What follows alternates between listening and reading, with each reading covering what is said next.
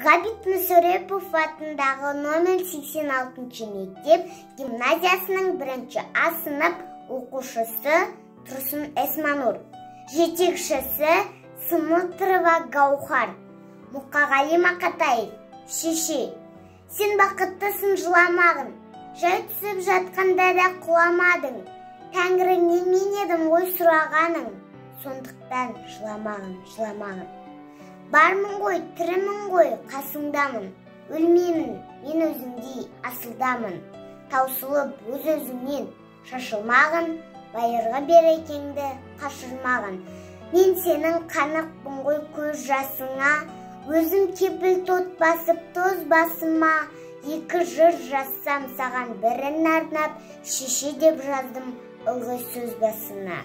Тәңірім кеше көр кесірімді, аспанға жазам сенің есіміңді.